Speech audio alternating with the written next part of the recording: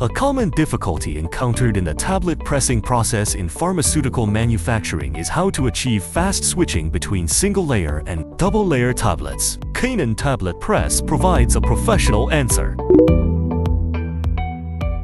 We currently offer 3 models. The one is T220 tablet press. We also have T420 and T700. The T220 model is mainly targeted at experimental applications. Its main highlight is that it can press double-layer tablets and can quickly switch between single-layer and double-layer tablets. As for double-layer tablets, many customers experience color mixing during pressing. Before pressing the second layer, our machine can use the air blow to blow the red powder from the first layer into the dust collector port. The same applies to the second layer. In this way, the color mixing issue of the double layer pressing can be resolved.